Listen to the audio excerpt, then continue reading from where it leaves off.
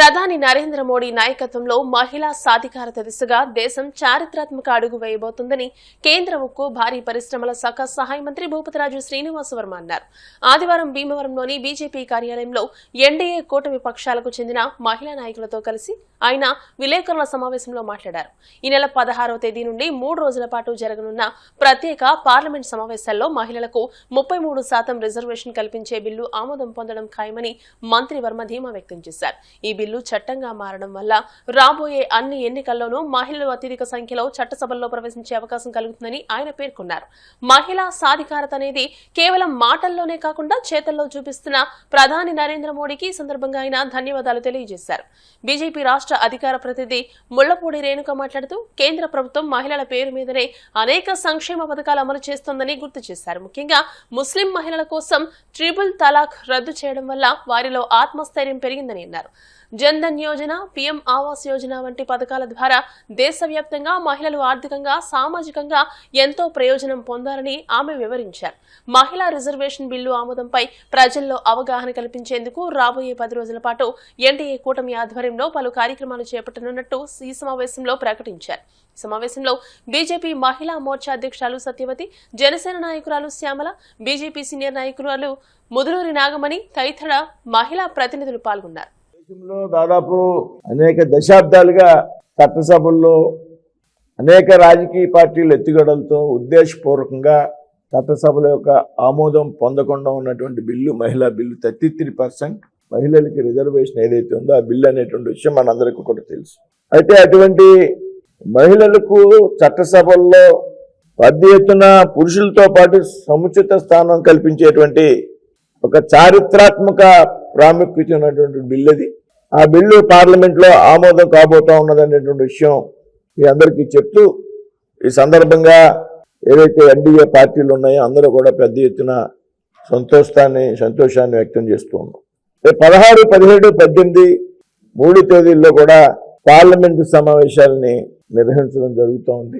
ఈ సభల్లో 33% మహిళా రిజర్వేషన్ల చారిత్రాత్మక బిల్లు ఆమోదం పొందబోతూ ఉన్నది. దీనికి ప్రధానమైనటువంటి కారణం భారత ప్రధానమంత్రిగా ఉన్నటువంటి నరేంద్ర మోడీ గారి యొక్క నాయకత్వంలో ఆయన యొక్క చొరవ కారణంగా చాలా పార్టీలు చాలా రకాలుగా దీన్ని వ్యతిరేకించినప్పటికీ కూడా ఇవాళ బిల్లుని ఆమోదింపు చేసేటువంటి దిశగా ప్రయత్నం చేసినటువంటి నరేంద్ర మోడీ గారికి మీ అందరూ కూడా ప్రత్యేకమైనటువంటి ధన్యవాదాలు తెలియజేస్తూ ఉన్నాం.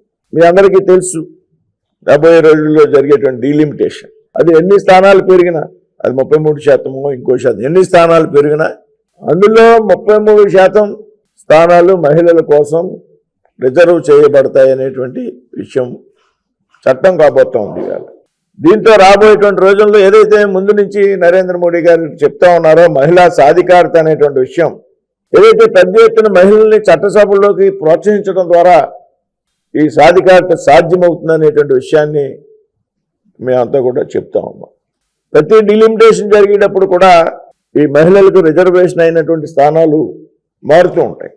అంటే ఒక సైక్లింగ్, మళ్ళీ డిలిమిటేషన్ వస్తే మళ్ళీ ఒక 20 సంవత్సరాలు అప్పుడు మహిళలు కొన్ని ఆ పార్లమెంట్లు కాకుండా మళ్ళీ కొత్త పార్లమెంట్, అంటే దేశం అంతా కూడా క్రమంగా ఎంపీలు ఎమ్మెల్యేలు అంతా పెరిగేటువంటి అవకాశం ఉంటుంది అనేటువంటి విషయాన్ని మేము చెప్తూ బిల్ డీలిమిటేషన్ ఉన్నదని చెప్తా ఉన్నాము. ఈ డీలిమిటేషన్ అనంతరం ఎన్ని స్థానాలు అయితే ఉన్నాయో అన్ని స్థానాల్లోకి 33% కేవలం మహిళలు మాత్రమే ప్రజాప్రతినిధులకు ఎన్నికయ్యి చట్టసభల్లో అడుగు పెడతారు అనేటువంటి ఒక చారిత్రాత్మక బిల్లు రేపు జరగబోయేటువంటి 16, 17, 18 తేదీల్లో దేశంలో ఉన్నటువంటి అత్యున్నత సమావేశాల యొక్క చట్టసభల యొక్క ప్రత్యేక సమావేశాలు పెట్టి ఈ బిల్లుని ఆమోదించబోతున్నందుకు ఎన్డీఏ తరఫున సంతోషాన్ని వ్యక్తం చేస్తూ ఉన్నాం. ఈ ఆలోచనలు ఎక్కడి నుంచి పుడతాయో దీనికి సలహాలు ఇచ్చి కూడా ఎవడో ఇదేదో మలయాళం తమిళ పేరు పెట్టినట్టుంది మావిగాని. కాబట్టి ఎన్ని సాధ్యమయ్యే విషయాలు, ఇంకా మావిగాని అంటే మేము చట్టసభలో రేపు రాష్ట్రపతిని ఎందుకు కలుస్తున్నాం? ఆవిడ రాజ్యాంగం ఆమోద ముద్ర వేశారు, గెజిట్ పబ్లికేషన్ ఇచ్చారు, రాష్ట్రపతి ఆమోదం వచ్చాక అమరావతి శాశ్వత రాజధాని ఆంధ్ర రాష్ట్రానికని. అందుకని రేపు రాష్ట్రపతిని కలిసి ధన్యవాదాలు చెప్తున్నాం. దేశంలో అత్యున్నత చట్టసభలు తీర్మానం చేశాయి, ఆమోదించాయి.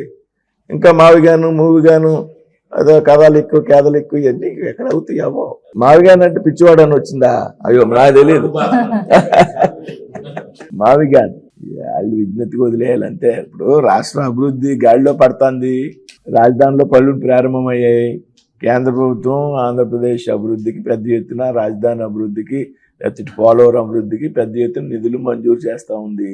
అనేక రోడ్లు, హైవేస్ శాంక్షన్ చేస్తూ ఉన్నాం. ఏం కావాల్సిన వేళ ఆంధ్రప్రదేశ్కి కేంద్ర ప్రభుత్వం నరేంద్ర మోడీ గారి నాయకత్వంలో ఉన్నటువంటి ఎన్డీఏ ప్రభుత్వం పెద్దపీట వేస్తూ ఉంది. ఆంధ్రప్రదేశ్ అభివృద్ధికి కట్టుబడి ఉంది. ఇంకా మావిగాని మూవిగాని అంటే మరి